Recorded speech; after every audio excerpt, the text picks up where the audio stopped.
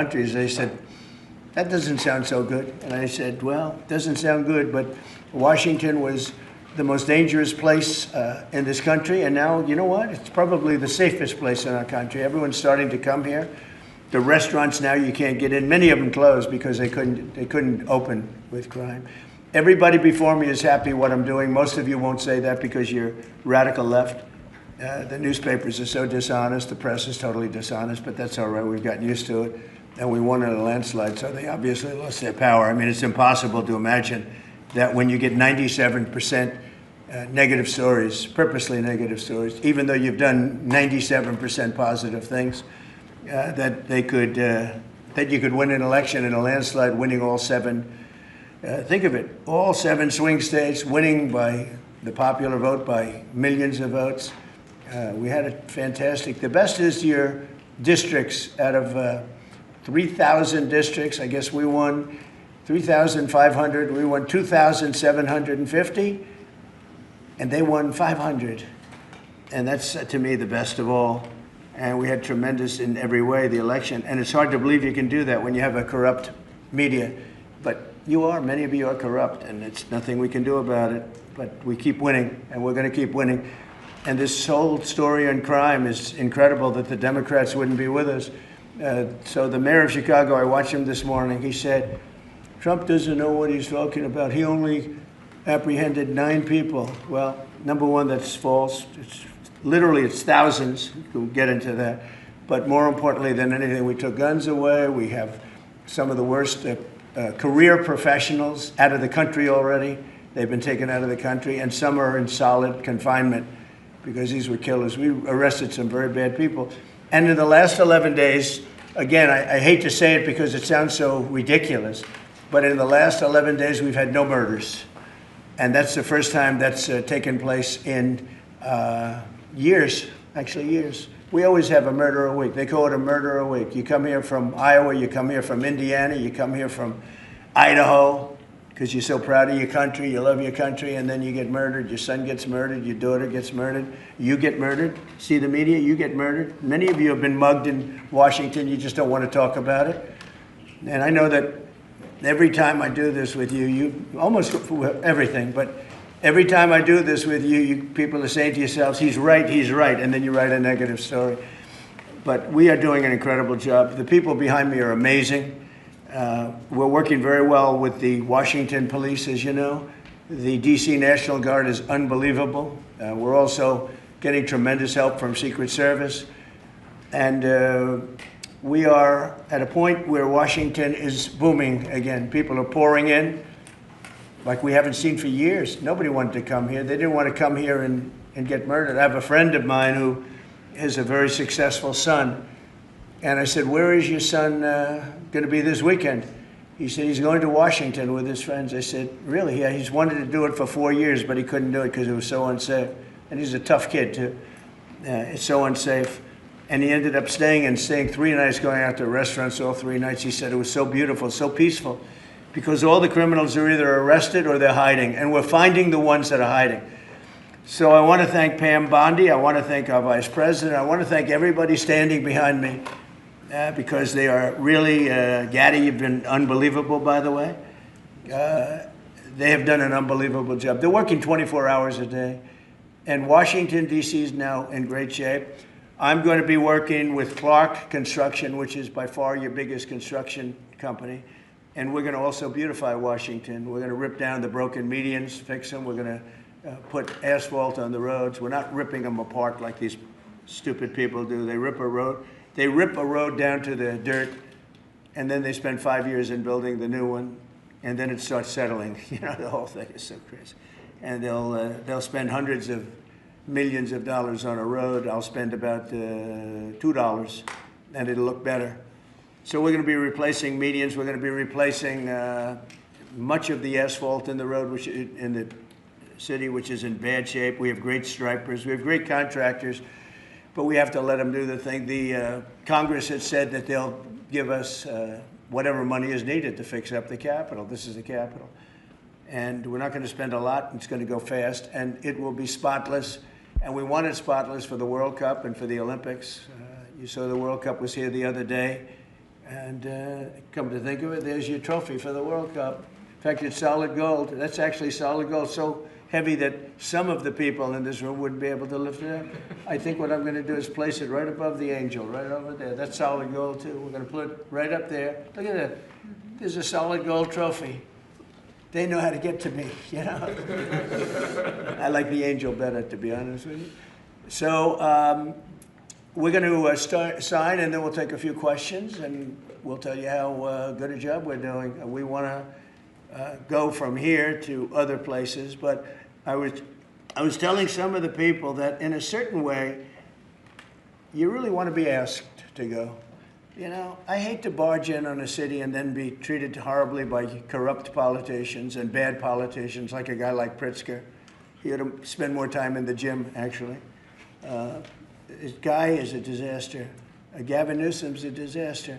When we went, we saved Los Angeles. You wouldn't have been able to have the Olympics in Los Angeles. You're barely able to have it now. They did lose 25,000 houses to a fire that should have never occurred, because they didn't let the water come down from the Pacific Northwest, which you guys don't want to write about. I had to break into the water supply to let the water down. And even now, we want more. We can have much more. It's less than half of what should be coming in. I don't know, they have a political thing about it. It's like the craziest thing I've ever seen.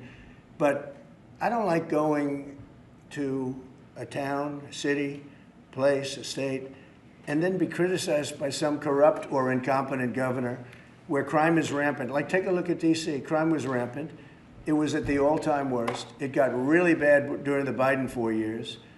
And then I have a mayor stand up and say how crime has reached a 30-year low.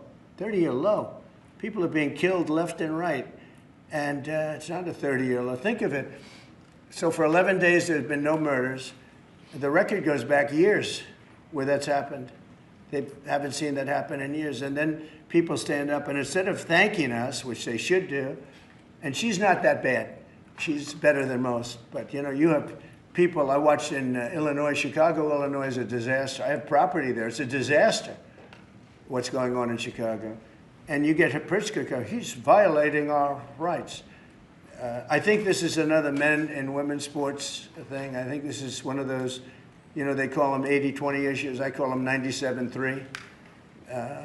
I think the Democrats better get smart. And, you know, politically, I hope they don't. But actually, in terms of love for the country, I hope they do, because it would be good to work together.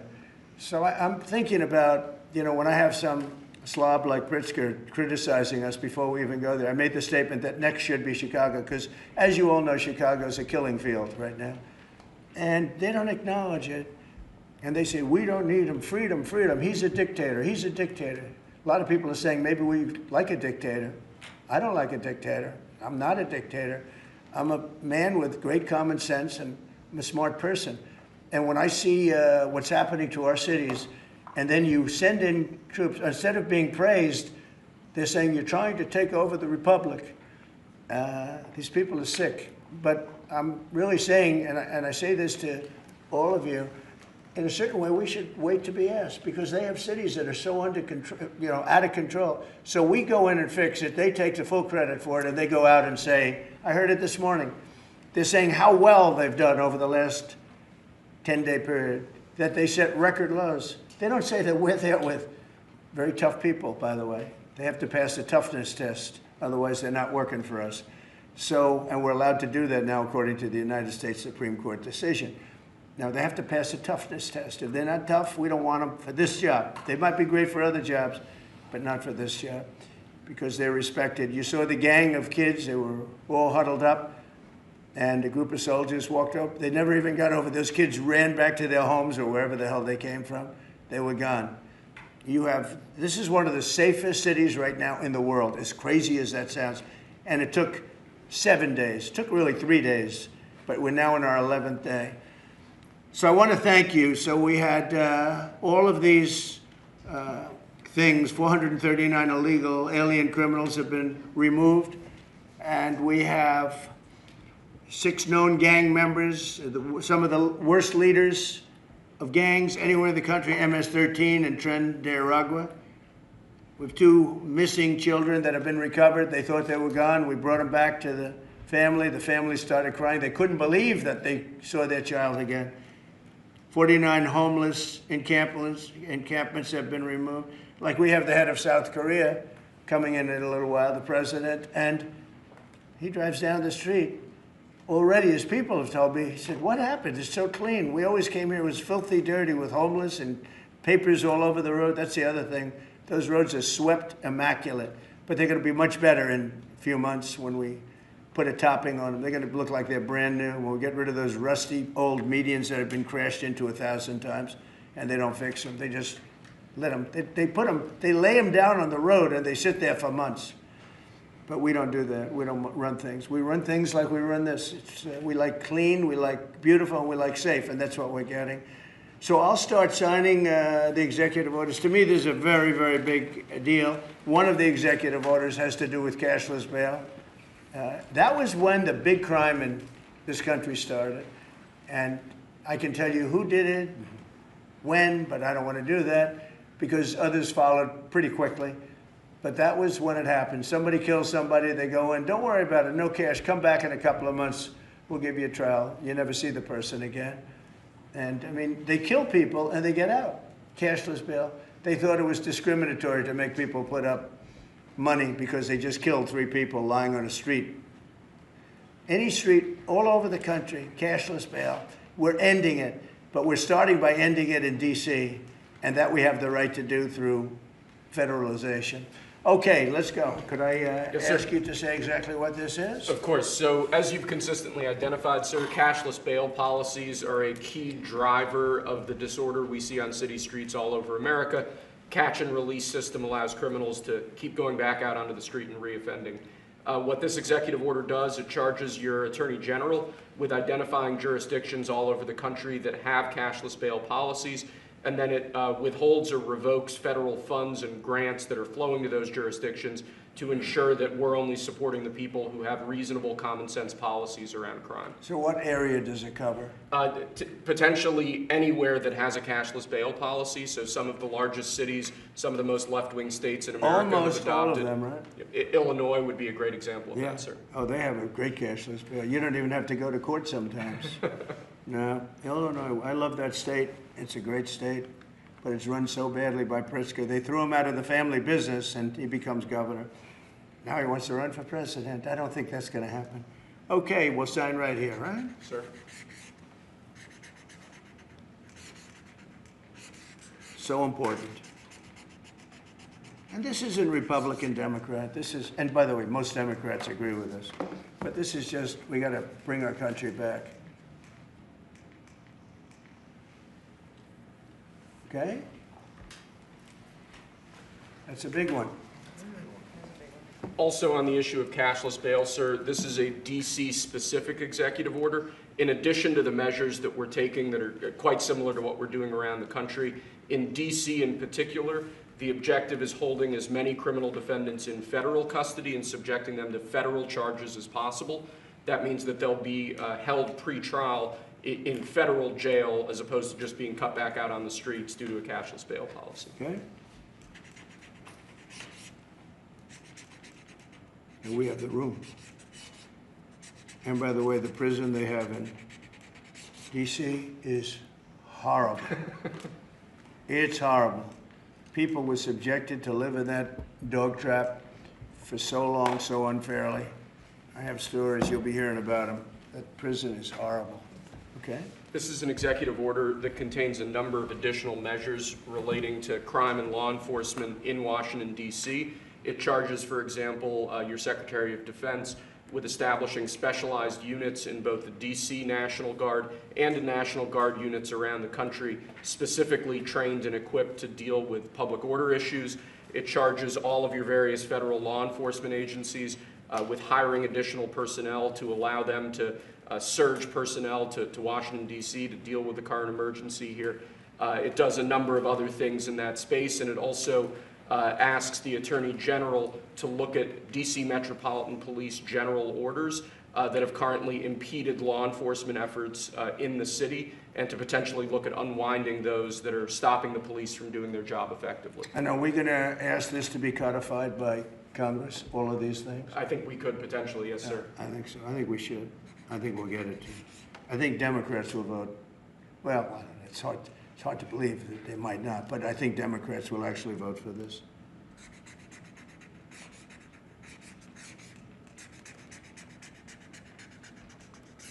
There's no auto pen that can do that, right? Look at that, Pam. Is that a good signature?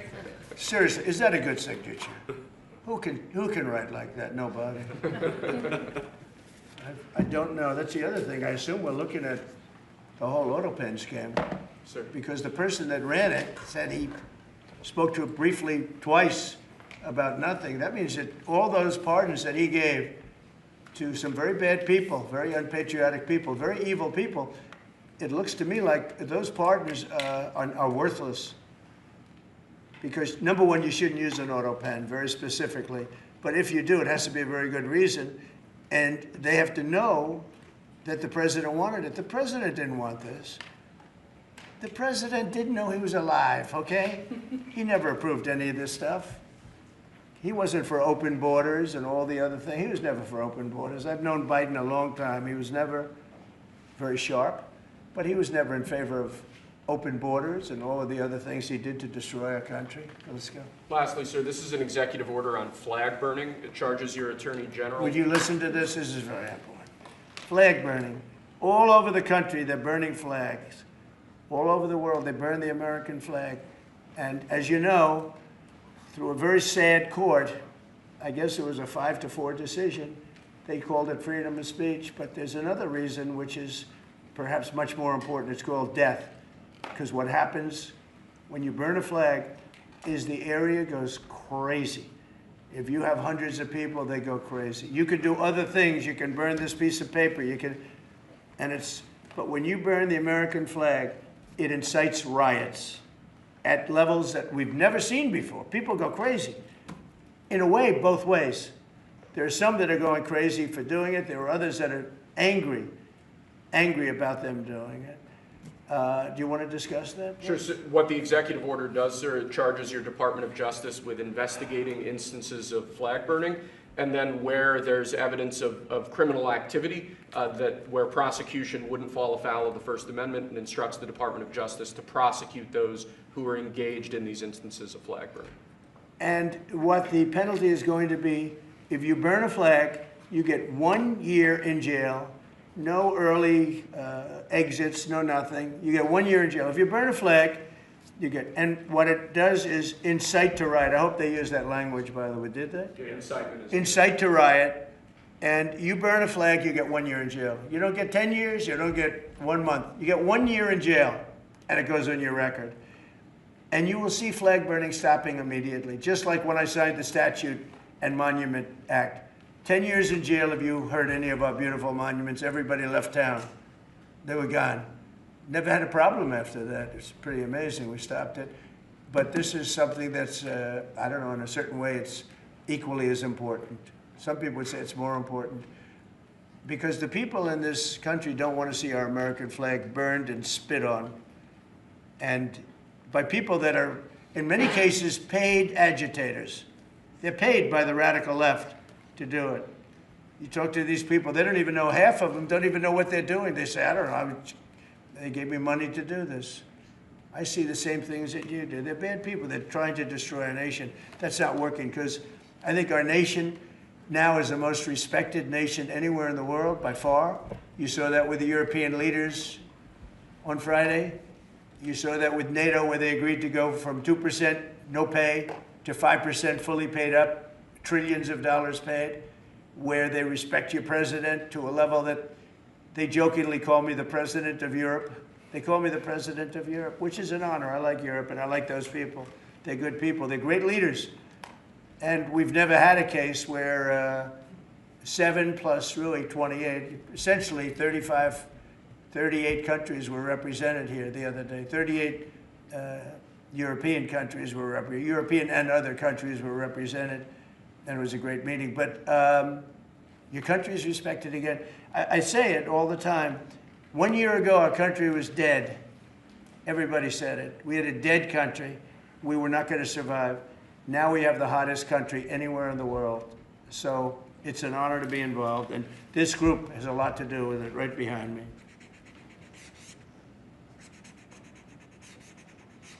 Does anybody behind me have anything? Pam, would you like to say something? Sure, President. Thank you for keeping DC safe.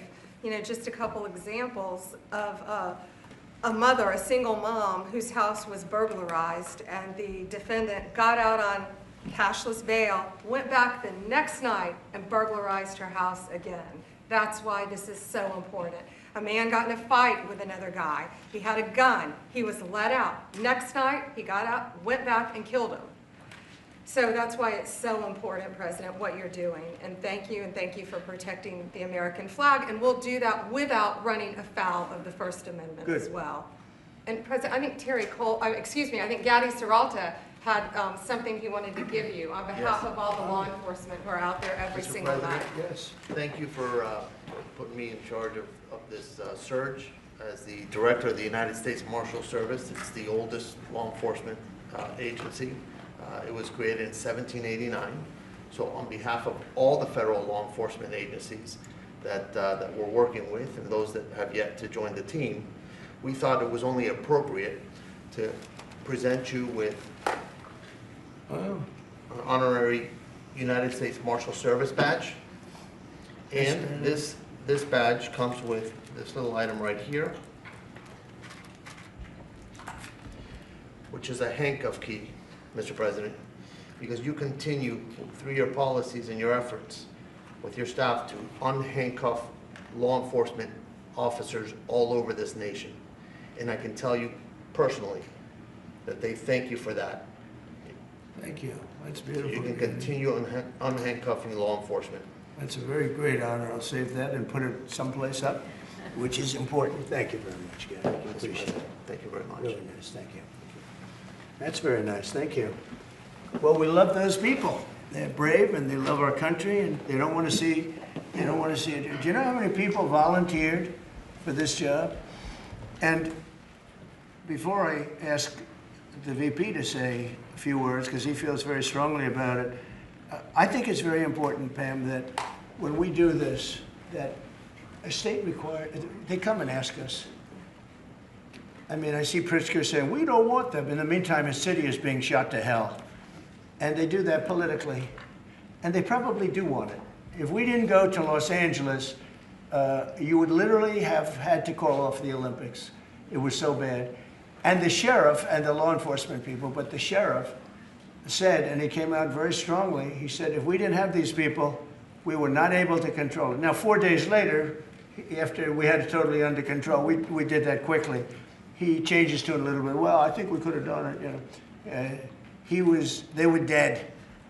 If we didn't send in the troops, Los Angeles was dead, the Olympics was gone, the World Cup was gone, everything was gone. We did a great job. And Newsom, he's an incompetent governor. But I think people should want us to be there because otherwise all they'll do is complain as we do our job. So we'll have to think about that, okay? We go in, like in Washington, we go in and the people that are here that have been doing, I don't want to say terrible because she happens, you know, she's a nice woman, yes. I don't care about if she's nice, you know, I really don't care. I want her to do, I'd rather have her be horrible but do the job. But we come into Washington and we have the 11 best days they've had here in 2 centuries. I mean, they've never seen anything like it. Let's go 2 decades. In over 20 years, they haven't seen anything like what happened. And now they're out there saying, we don't have crime in Washington. Well, that's true. For 11 days, you don't have crime. But before that, everybody was getting hit and mugged, and you people could not walk to your office without security. That's how unsafe it was. So I think we should really let them have their city, let their city go to hell, and when they come and beg us to help.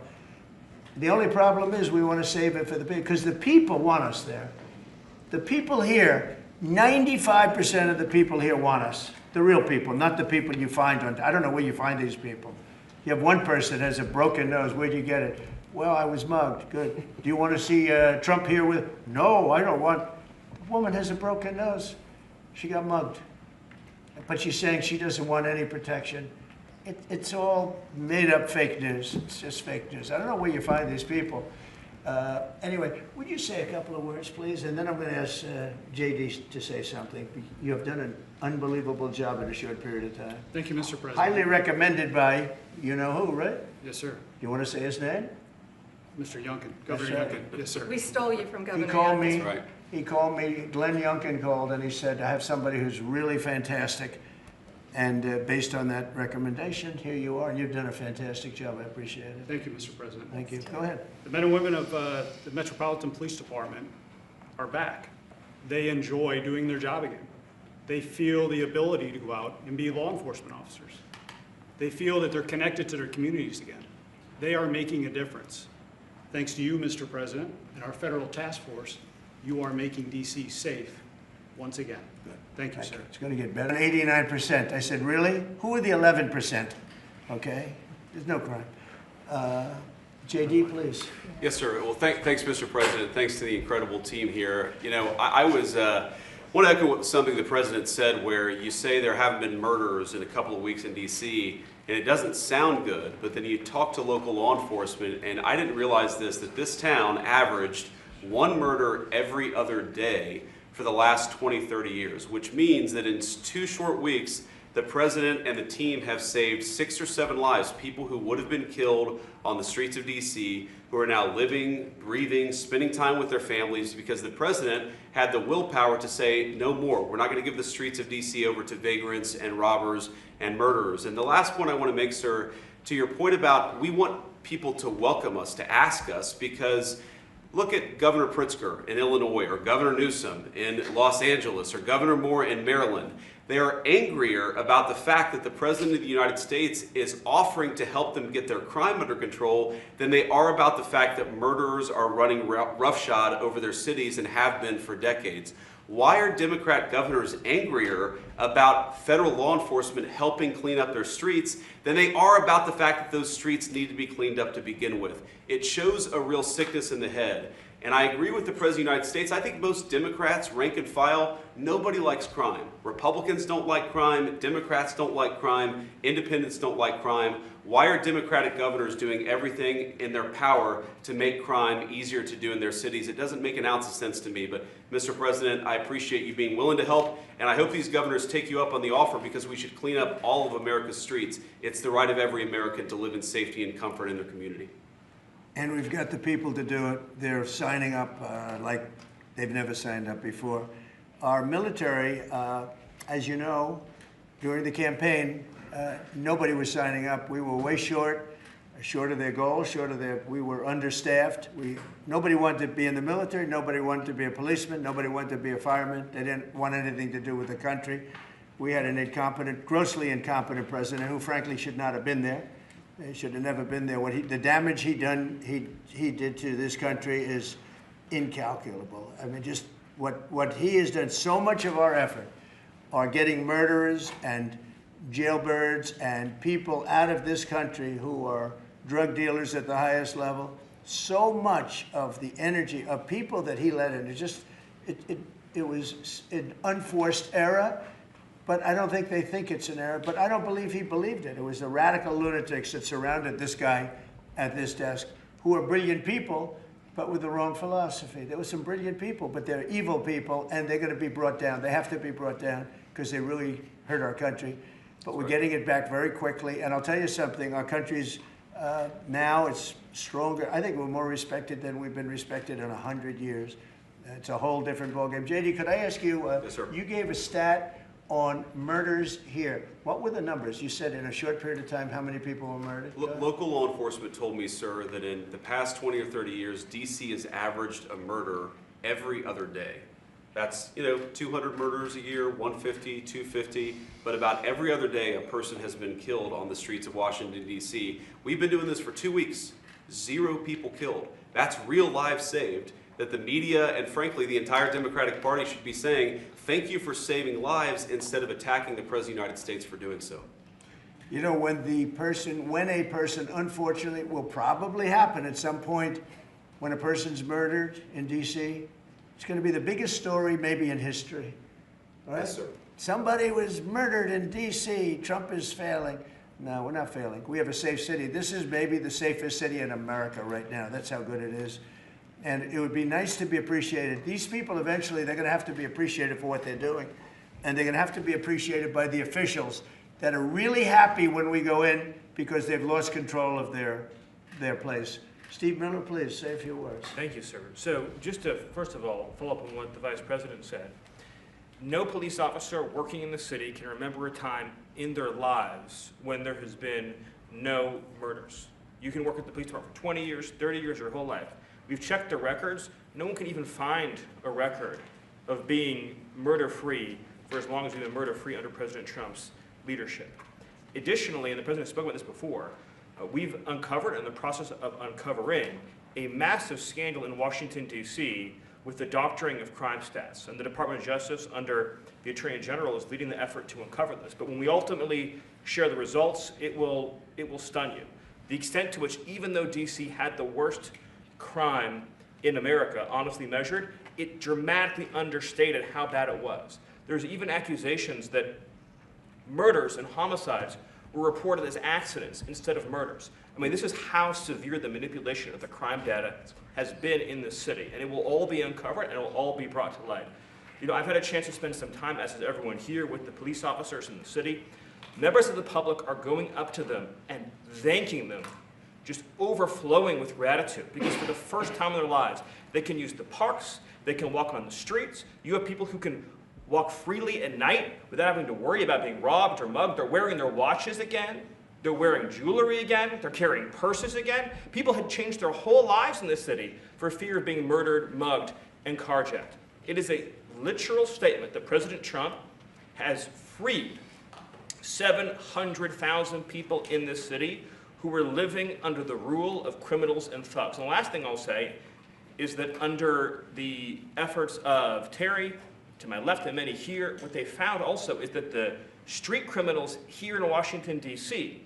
were doing business directly with the transnational criminal cartels, the foreign terrorist organizations. So not only was the city being run by these criminal thugs, but they were working with some of the most dangerous terrorist organizations on the planet to traffic weapons and drugs into this city. And what we are uncovering every day is shocking to us, and we look forward to sharing all the results with you. But President Trump, your leadership has uncovered some of the great public safety scandals of our life, and now because of you, people are safe and free for the first time ever in this city. Thank you very much, Steve. You know, in Los Angeles, Beverly Hills is, you know, a great place. I have a house there. I had a house there. I used to stay a lot of time, spend a lot of time there. And a great place.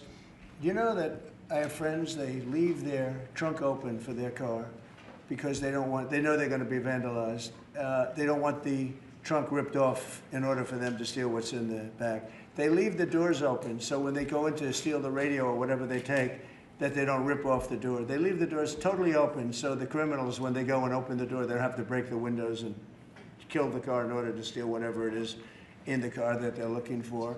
And that's at a level that nobody's ever seen before. Nobody lives like that. I have another friend, he has a garage, and in order to save his garage door, he leaves it open so that people can just walk into his garage, take whatever they want, and leave. But all the cars are, so many cars, I've been told this by many people, stars, big people, they leave their doors open so the doors aren't destroyed by these criminals. All over Los Angeles this is taking place. And you know that, I mean, you've heard that.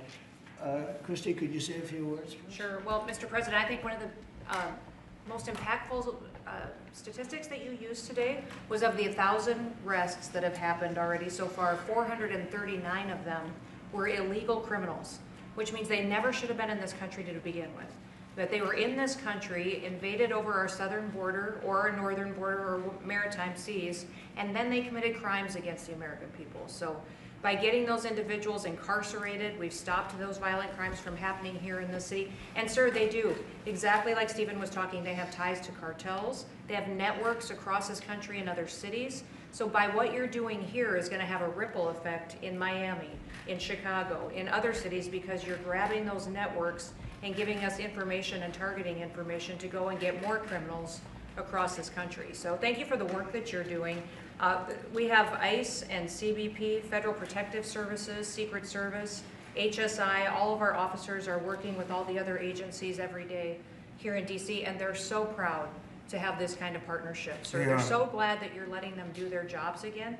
And I don't know if you've heard, sir, but the recruitment campaign for ICE, when we were going to hire 10,000 new officers, we've got over 130,000 people that have applied and raised their hands and said they want to work with ICE. So no matter what the fake news says or what the media says about ICE not having support, they've got incredible support from the American people. People want to join them and help them do what they're doing to make America safe again. So thank you for the I was going opportunity. to say that our recruitment drive, it was dead. During the campaign, they couldn't get, every story was the Army can't fill up, the Marines, none of them could fill up. They were way behind. We couldn't get anybody to go into the military, couldn't get any police. We've just set records on everybody wants to be in, everybody wants to go in. And we're taking incredible people. I mean, the level of, you know, because of the Supreme Court, it's based on merit. It's all based on merit now. It's not based on anything else. You got to, if you need strong people, you have to get strong people. It's all based on merit. But we're setting records in the Army, Navy, Air Force, Marines, the Coast Guard.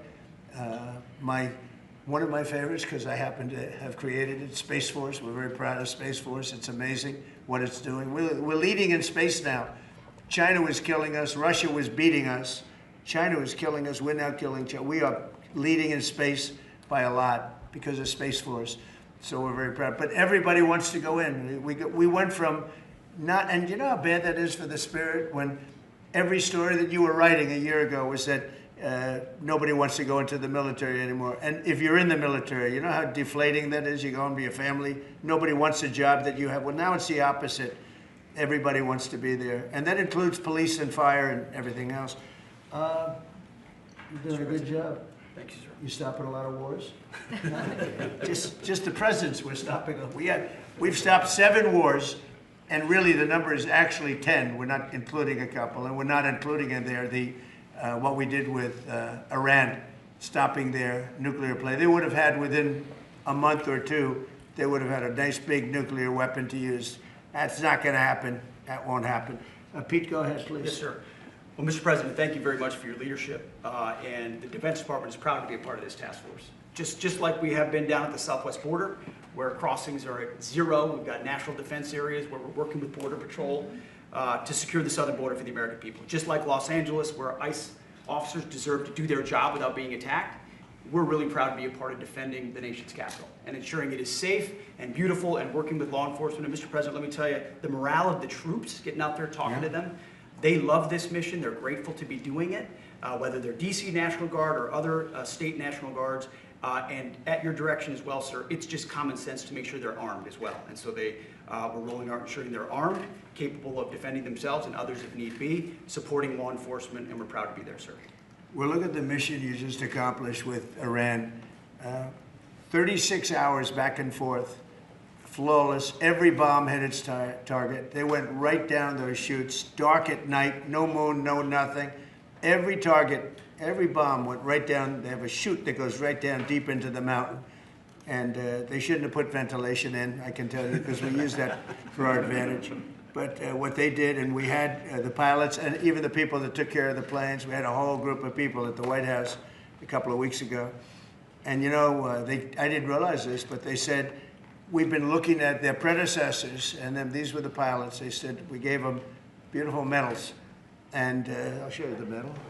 Gave them a medal just like this. See? Just like that. They were so happy. Gave a lot of them out for that. It was an incredible job. You know, we had 52 tankers. People don't realize, so that they could refuel.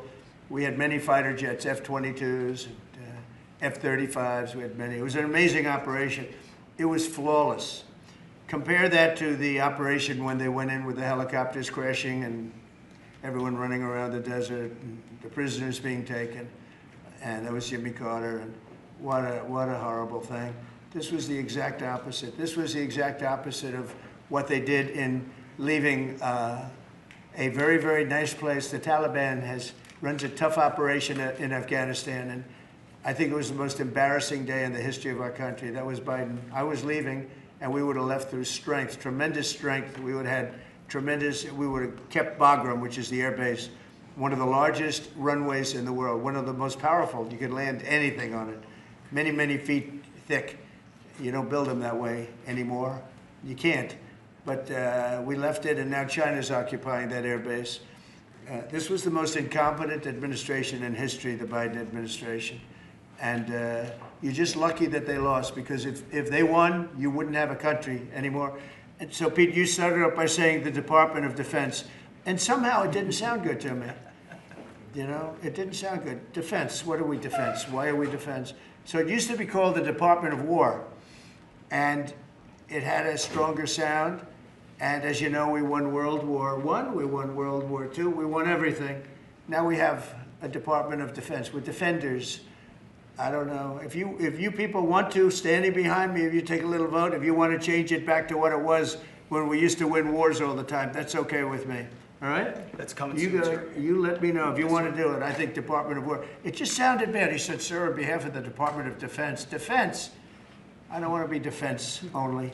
We want defense, but we want offense too, if that's okay. So you'll make a decision. But you know, as Department of War, we won everything. We won everything. And I think we're going to have to go back to that. In the meantime, I've stopped all of these wars. I've stopped them. A big one would have been India and Pakistan. But we stopped them all. We stopped 3 wars. Go to Africa. They like to say, oh, you know, let me tell you, I love black people. And I did great with the vote with the black people. But they say, he's a racist, he's a racist. I said, really? For 35 years, a war raged between Rwanda and the Republic of the Congo. And it was a vicious war. 9 million people were killed with machetes, largely. Hatchets, machetes. That went on for more than 30 years, but 34, 35 years. And I stopped it. In fact, the presidents are coming in a week or two to sign we have the foreign ministers, it's all signed, the war stopped. But I got it stopped and saved a lot of lives. The Congo, it's deep into deepest, darkest Africa. I got that war stopped. Nobody else could have done that. We did a lot of jobs. We did a lot of wars were stopped that nobody thought would even be possible. And I'll tell you what, the war with India and Pakistan, that was the next level. That was going to be a nuclear war. They already shot down 7 jets. That was raging. And I said, you guys want to do trade? We're not doing any trade. We're not doing anything with you if you keep fighting. You got 24 hours to settle it. They said, well, there's no more war going. And I used that on numerous occasions. Trade, I used I used whatever you had to use. But we got 7 of them stopped. And the one I thought would be easiest, frankly, was going to be Russia and Ukraine. But that turns out to be some big personality conflicts. It's one of those things. But we're going to get that stopped eventually. We're going to get that stopped too. 7,000 soldiers died last week. Think of that, 7,000. I usually say 5,000, but 7,221 soldiers died last week in the fight between Ukraine and Russia.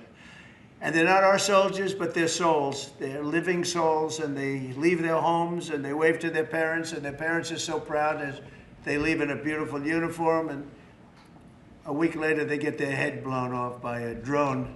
New form of military. It's a whole new form of fighting. So I would just like to thank the people that are behind me. Thank you very much. You've done a fantastic job. I appreciate it very much. We're doing a real job, and I'm so proud of DC. I passed it 2 days ago, and all the garbage is off the streets. It's terrible.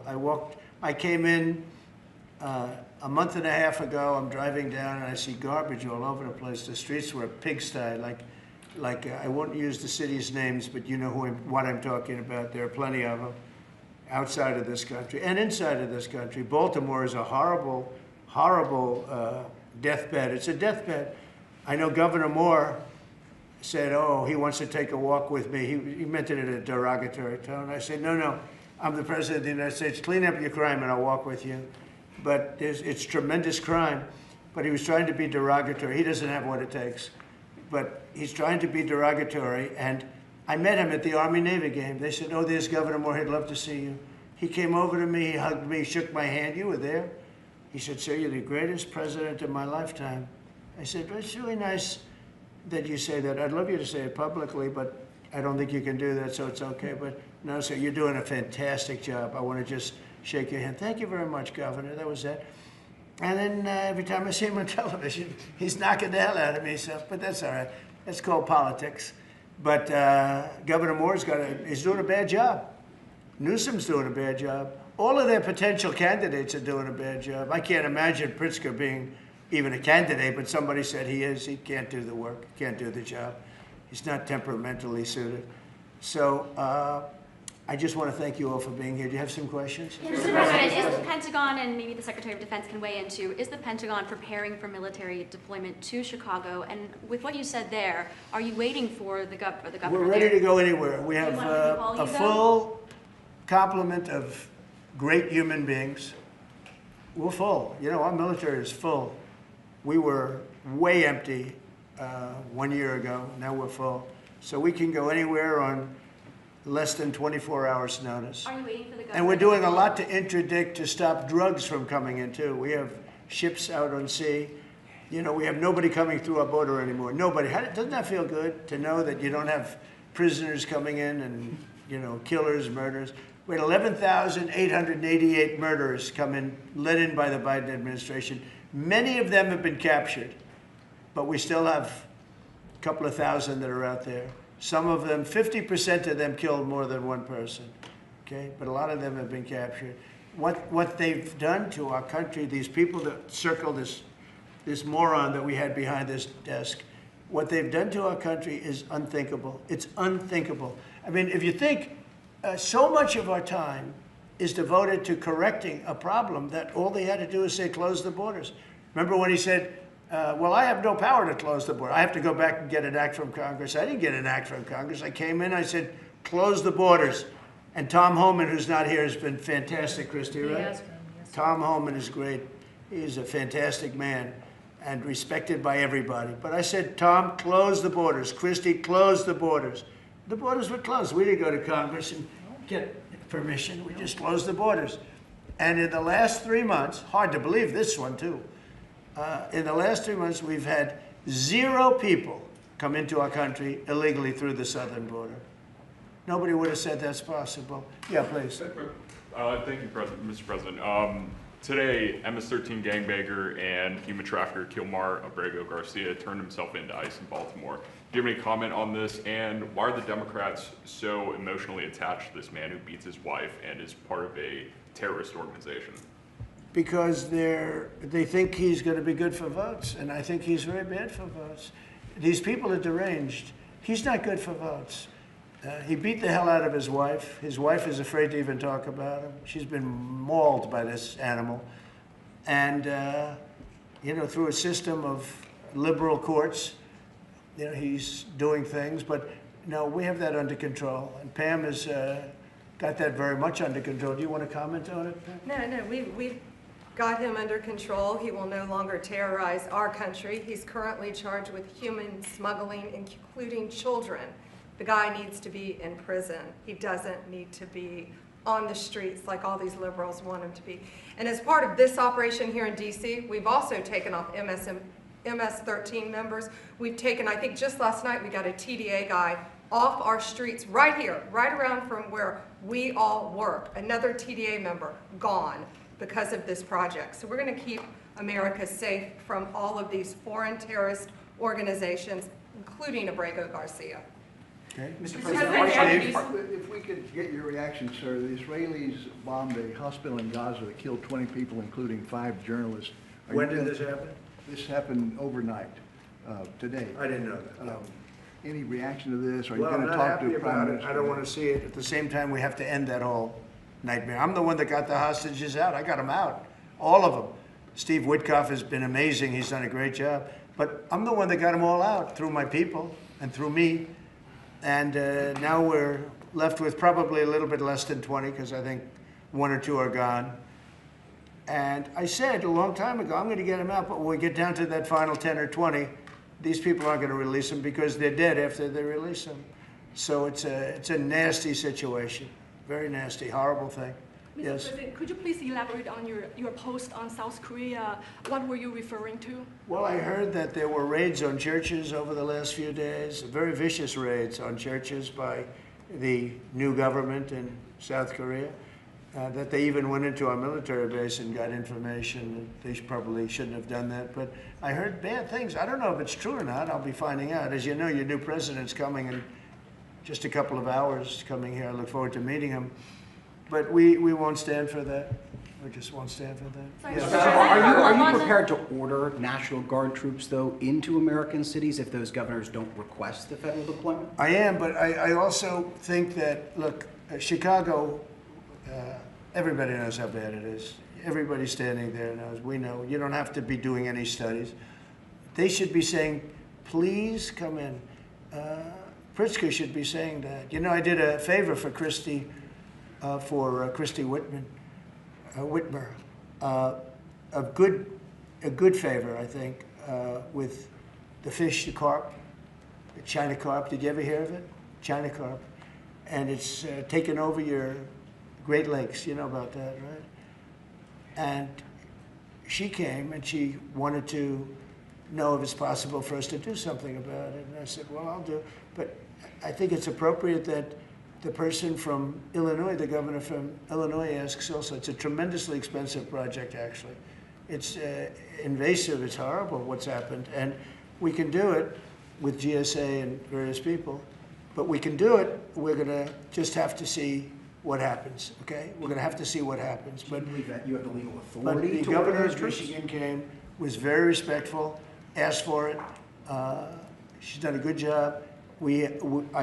I did that. I opened the Air Force Base, you know, kept it open for F-35s and various planes, F-22s too. I did that for the state of Michigan at her request. And I will, and also at our congressmen. You know, we have congressmen that are unbelievably pro-Michigan up there.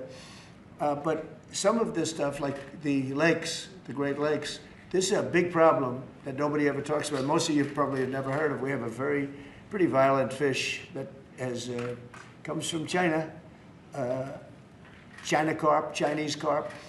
And you see them jumping out. They jump into boats and they jump all over the place. They've got a lot of energy.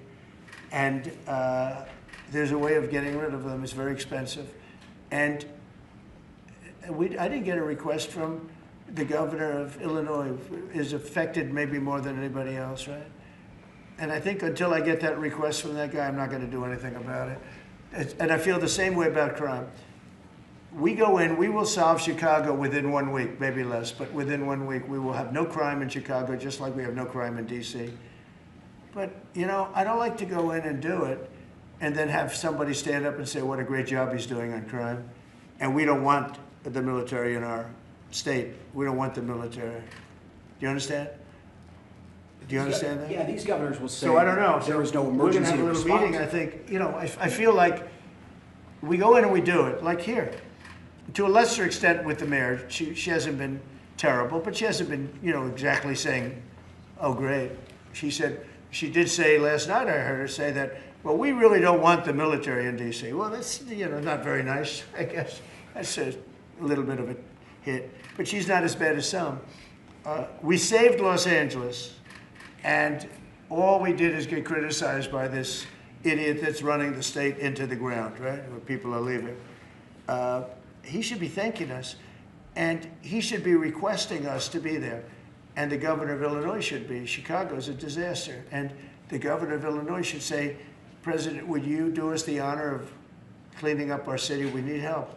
They need help. They need help. So are you But waiting without for that request, do you think you have an We authority? may wait. We may or may not. We may just go in and do it, which is probably what we should do. The problem is, it's not nice when you go in and do it and somebody else is standing there saying, as we give great results, say, we don't want the military in. They need help badly. Chicago desperately needs help. Just look at the crime statistics. Look at the statistics that JD said about, even I didn't know it was that bad. That's terrible. But all I know is we're being celebrated because we went an entire week. Now it's 11 days. We went an entire week without a murder. And I said, boy, that sounds terrible. I didn't know how, I actually made a speech. I didn't know how to say it because it's a great number. It's a great thing. But it sounds so bad. I mean, supposing you're from a foreign country, which is properly run, and they don't have murders and things, right, so much, or in some cases virtually at all. And you have somebody saying, I'm proud to announce that nobody was murdered in the capital of the United States this week. It sounds terrible. But Mr. President, Gavin Newsom, you mentioned Gavin Newsom on crime. Gavin Newsom, yes. Is there a federal mechanism you're hoping to use to fight back against his redistricting constitutional amendment, or is that Well, I think I'm going to be filing a lawsuit pretty soon, and I think we're going to be very successful in it. We're going to be filing it through the Department of Justice. That's going to happen. And we're also going to be filing a lawsuit on blue slipping. You know, blue slips make it impossible for me as president to appoint a judge or a U.S. attorney because they have a gentleman's agreement. It's nothing memorialized. It's a gentleman's agreement that's about 100 years old, where if you have a president like a Republican and if you have a Democrat senator, that senator can stop you from appointing a judge or a U.S. attorney. In particular, those are the two, I guess anything, but those are the two that are very important. So we have numerous states where we have unbelievable people. Now, Jay Clayton was just approved in the Southern District, but he was so good. He was a top student, top schools, top everything, went to Sullivan and Cromwell, became the head of Sullivan and Cromwell, came down here, was Securities and Exchange Commission, ran it for 4 years during my term, like impeccably, beautiful job. He did an incredible job. And we went to court, and the judges, Democrat judges, voted that he can, that's the only way you get by it. But generally speaking, you can't do that because you'll have judges from the other party. So, so Jay Clayton just got approved, and he's in, but he didn't get approved by the senators. He got approved by the court system in New York, which was a great thing. And I had a big victory in New York, I might add. I saved myself $500 million with a fake, corrupt attorney general, a really corrupt person with a corrupt judge who was disgraceful, and they're being mauled right now by everybody. It's so corrupt, and it kept business out of New York, stuff like that. But the appellate division vacated all of that stuff that you read about, and we're going to do a big number on that whole thing. You can't have a corrupt court system. You can't have that. You have to have borders, and you have to have a free press. Otherwise, you don't have a country. But you'll be hearing about the blue slipping, because if you have not, you don't need two senators. You just need one Democrat senator with a Republican. The only person that I can get approved are Democrats or maybe weak Republicans, but we don't want that. But the only person I will be able to get approved in any of those states where you have a Democrat I can't get a U.S. attorney. I can only get a Democrat U.S. attorney. And this is based on an old custom. It's not based on law, and I think it's unconstitutional, and I'll probably be filing a suit on that pretty soon. Yeah, please. During the campaign, you called Kamala Harris a communist, but the Biden-Harris administration, they never called for nationalizing a private company with the federal government like you're proposing with Intel. What do you say to some who say this is a bit hypocritical, and is this the new way of doing industrial policy? Yeah, sure it is. I want to try and get as much as I can. If people come in and they need something, as an example, as a real estate person, if I have an agreement and I have any form of a stopgap where I can stop somebody from doing something, right? I have a covenant in an agreement, and they come to me and they say, would like to do something, but you have us restricted. If I do that, they usually have to pay. Now, in the case of Intel, it was interesting, but I hope I'm going to have many more cases like it. Intel came in. I met with the gentleman. I had a lot of respect for him. He came in under a little bit of a cloud. I liked his story. I thought he was good. I think he really means to do a good job with Intel. I said, I'd like to ask whether or not you'd give the United, because the story, a lot of people said I invested in Intel. I didn't invest, but I invest my heart in it and my soul because I want the country to be strong. But I said, I'd like you to give 10% of Intel to the United States of America. Not to me, to the United States of America. And I said, if you have them as a partner, you have the United States as a partner, I think that would be a very good thing for Intel. And he thought about it, a little bit different, and he said, I like that idea very much. We have a deal. And I just made $10 billion or $11 billion for the United States of America. And yeah, there will be other cases. If I have that opportunity again, I would do that. And then, you do have stupid people say, oh, that's a shame. It's not a shame. It's called business. If somebody's willing to give you 10% of a company and you're not paying for it. And I will tell you, with a company like Intel, as you know, it's had difficulty. I want them to do well. I want them to do well anyway, but I want them to do well in particular now. But isn't public ownership of a private company a new way of doing business in the business of the United States? Isn't that what you were sort of rejecting? So are tariffs. So as you know, the stock market went up almost 1,000 points on Friday. And it went up not because of this very, I think, terrible, hello, who's that? Who is that back there? All right, get out of the room. It went up because of something much different. It went up because it was announced, CBO announced the numbers, and as you know, they gave no credit to tariffs. They said they made a mistake, that the trade deficit will be reduced because of Trump's tariffs, will be reduced by $4 trillion, right? Is that what they said, right? They said $4 trillion, and the market went up like a rocket ship because the tariffs are good. Well, tariffs aren't that usual. If the 7 wars I stopped, 4 of them were because of the fact that I had tariffs and trade. And I was able to say, well, if you do this, if you go fight and if you want to kill everybody, that's okay. But I'm going to charge you each 100% tariff when you trade with us. You know what? They all gave up. I stopped 7 wars. Numerous of them was because of tariffs. So, you know, you never knew the word tariff. It didn't exist really, essentially, in this country until actually in the 1870s up till 1913 it existed. And we were the richest country. We were richer then, proportionately, than at any time in the history of our country. And then, stupidly, in 1913, they said, let's go to the income tax way of life. Let the people pay instead of foreign countries. No, we're taking in trillions of dollars in tariffs, and we're stopping wars because of tariffs. So that's not so normal either. But you know what? Other countries did it to us, and now we're doing it to other countries. You ruled out boots on the ground in Ukraine, but how would air support as part of a security guarantee be any different? Those U.S. Well, you airmen... really went from one question to the next. You go from one. I expected him to at least challenge me a little bit. Now we're talking about boots on the ground. But U.S. air assets over the skies of Ukraine as part of a security guarantee, wouldn't those U.S. airmen also be Well, in you danger? don't know what security guarantee is because we haven't even discussed the specifics of it.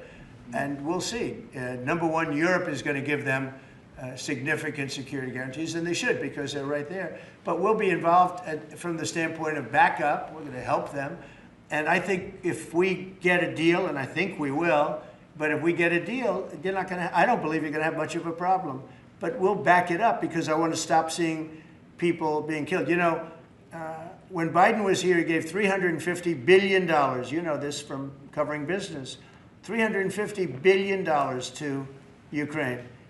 I said that Zelensky's the greatest salesman I think I've ever met, better than P.T. Barnum, because he'd come to the country, he'd walk out with $50 billion every time. He actually came here once, he walked out with $100 billion. We're up to $350 billion. I got $1 trillion worth of rare earth that we have from the country because I felt badly for our taxpayer. But I did something else at the NATO meeting. They are wealthy countries, but they weren't paying. And we don't pay any money to Ukraine anymore. Do you know that? In fact, it's the opposite. They request through NATO, we deal with NATO. We don't deal really with Ukraine. NATO requests missiles. They want Patriots. They want missiles. We give the missiles to NATO. NATO pays us in full and does what they want. I mean, I think they give them mostly to, they can do other things with them too because we're dealing with NATO. We pay no money to Ukraine. We gave $350 billion to Ukraine. You know, if we didn't give that kind of money, and I was the one that gave the javelins, if you remember. I gave the javelins. They were very effective. They say Obama gave sheets and Trump gave javelins. They were very effective with those tanks right at the beginning. But you would have never had a war if I were president. You would have never had a war. Just to finish, we spend no money on Ukraine anymore.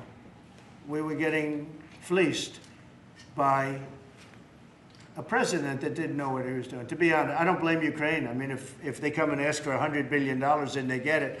But we were in for $350 billion.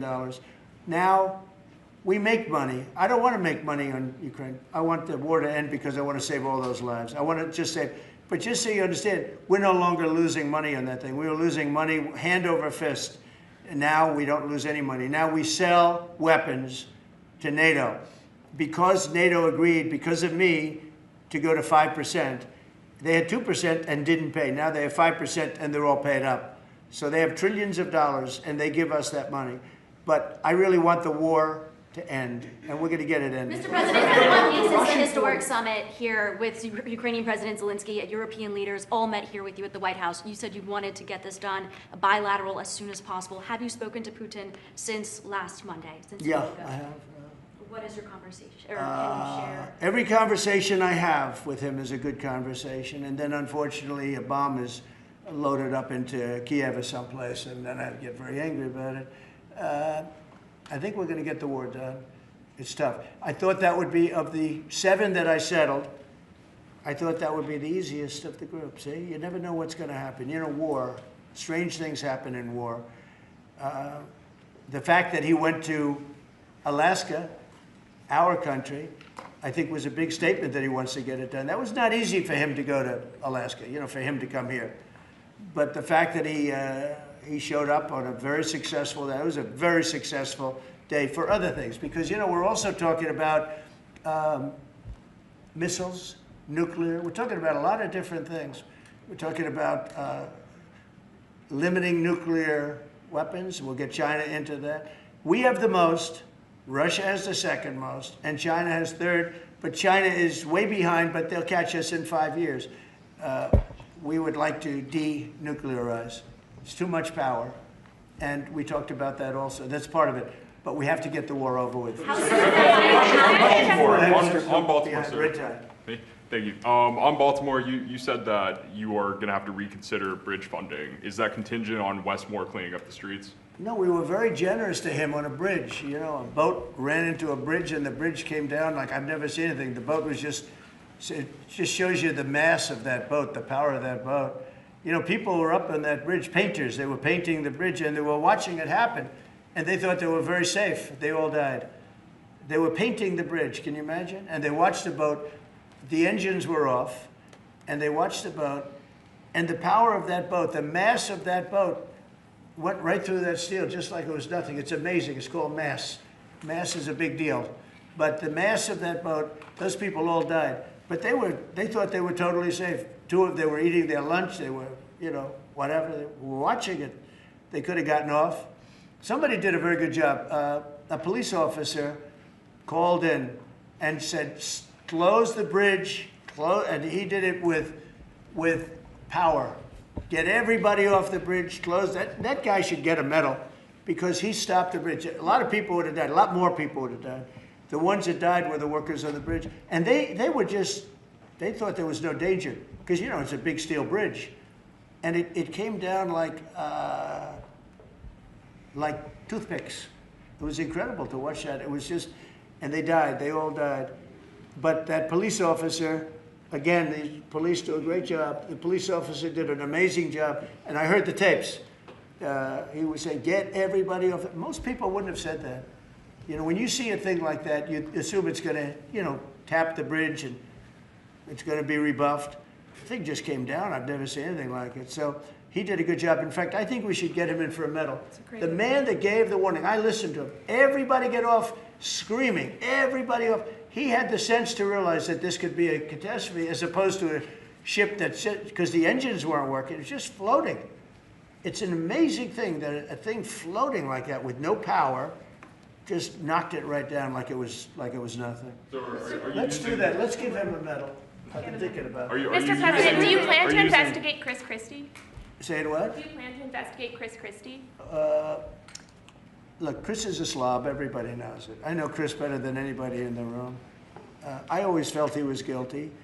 But what he did is he took the George Washington Bridge, which is very serious. He closed down the George Washington Bridge.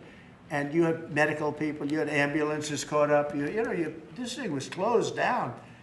And obviously he knew about it. But he blamed the young lady that worked for him and another person, and they got into a lot of trouble. She ultimately was, I don't know, exonerated, but she got out of it a little bit. But but she went through hell. She was a young mother, nice person, I knew her a little bit. And another man went to jail, and Chris got off. And so when I listen to Chris speak his hate, I say, oh, what about the George Washington Bridge? You know, tell me about the George Washington Bridge. He blamed other people, but he knew all about it. So no, I don't know if they want to look at it. It's not for me. If they want to look at it, they can. You could ask Pam. I think we have other things to do, but I always thought he got away with murder. Mr. President, do you plan to make an endorsement in the Texas Senate race between Ken Paxton and John Cornyn? Well, I'll make up my mind. I like them both. The worst situation I have is when I have two people that I get along with well. I hate it. And they all want the endorsement. You know, I'm almost 100% of the people I endorse win. It's a great honor. And I got, as you know, I got the largest vote in the history of Texas by far. Nobody's ever gotten more votes in the last election. I think in all the elections, the 3 elections, but they like me in Texas. So people are waiting for me, but I'd rather not comment on it right now. I like both guys. They're both friends of mine, and they're both good and very different. There's some talk among congressional Republicans about another reconciliation bill. Where do you fall on that, and what would you like to prioritize? Well, I don't want to do cutting. I want to save all the different things. I'm going to cut things that are unnecessary, but the one thing I said, and I gave my word, we're not going to hurt anybody on Medicaid, Medicare, or Social Security. And in fact, we're doing great on Social Security. We found 300,000 illegals on Social Security. We got them out. And, you know, things like that make Social Security very, very strong. So, no, I am very big into certain things, and one of those 3, you could say 3 of those things are Medicare, Medicaid, Social Security. We're going to protect it. And so we'll see how everything works out. If we're talking about rescissions on other things, I'm always open to cost cutting. If we can cost cut, I like it, but nothing's going to happen to medical. We have something coming up, favored nations, where I'm going to be reducing drug prices by 1,500% where a pill that sells in Germany for $10 costs $150 here because of the bad press. And I was all set to do it, and then we had the COVID come up, and I had to focus on that because we had the greatest economy in history my first term. I will tell you that we are going to be doing numbers on the cost of drugs in this country that I'm not talking about a 20% decrease, which would be great. I'm talking about 1,000% decrease. We're talking about where a product would sell for $80 in Germany and $1,300 here. We're not going to do that. We were subsidizing the entire world, and we're not doing it anymore. I informed the drug companies. I informed the world. And if the world wants to, if countries in the world don't want to go along, then I'm going to put tariffs on those countries, and we'll make more money. But they have to go along with it. So this is moving along rapidly. Dr. Oz is in charge, Bobby's group, and they're doing very well. And we're getting great cooperation from the drug, because the drug companies know it's unfair. You know, for years they'd say, well, we had to do research, and we had to do. I said, I don't care. You had to do research for these other countries also. They are ready to go, and I'm ready to go. And you know, if I pull that off, there's no way a Republican will lose an election. There's no way. All right, one more question. Steve. On Ukraine, Mr. President. Steve. Back to Ukraine. Watch this guy. He's the nicest guy I know, and he asks the most vicious questions. Why do you think President Putin is so reluctant to meet with President Zelensky? Because he doesn't like him. He doesn't like him. You know, they don't like. I have people I don't like. I don't like to meet with them. Sometimes I do like to meet with people I don't like. So how do you get them together? They don't like. No, they don't like each other really. And if we had a real president instead of a guy that got in there with a fraudulent election, if we had a real president, that war would have never happened. Putin actually said, he said, if Trump were president, it wouldn't have happened. Happened for a lot of reasons. Happened because of Afghanistan. When he saw how incompetent Milley was and all these guys were, I think he said, wow, this might be it. Because it was the apple of his eye. It would have never happened if I were president. Mr. President, you have built a relationship with Russian leaders and also North Korean leaders. As they are getting closer, how would that affect your diplomatic approach? Well, I have very good relationships with Kim Jong-un, North Korea. I mean, a lot of people would say, oh, that's terrible. No, it's good. In fact, someday I'll see him. I look forward to seeing him. He was very good with me. We had 2 meetings. We had 2 summits. We got along great. I know him better than you do. I know him better than anybody, almost, other than his sister. His sister knows him pretty well. No, I know him well, and I got along with him. You know, I'm not supposed to say I really like him a lot, because if I do that, I get killed in the fake news media. But I got along with him very well, and we had no problem. If at the time Hillary Clinton won the election, you would have had a nuclear war. You would have had a nuclear war. We're not going to have a nuclear war. Once that happens, it's over. We're not going to have a nuclear war. No, but Kim Jong-un will meet at some point. I look forward to it, actually. But do you notice that since I came into office, you haven't had a problem with him? It hasn't been, you know, he tests lots of rockets. He does have great capability, I will say that.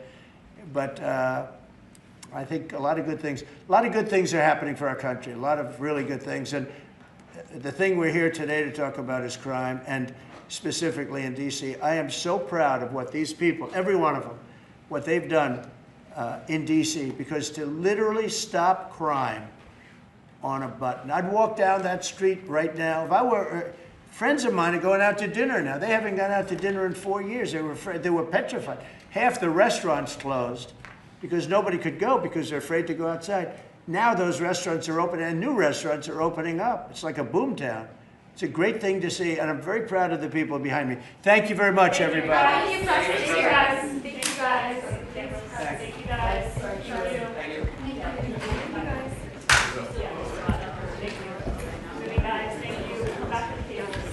Yeah, we'll come back for cables. If you guys just want to take cameras. Back for the cables, just take your cameras out now. Come here.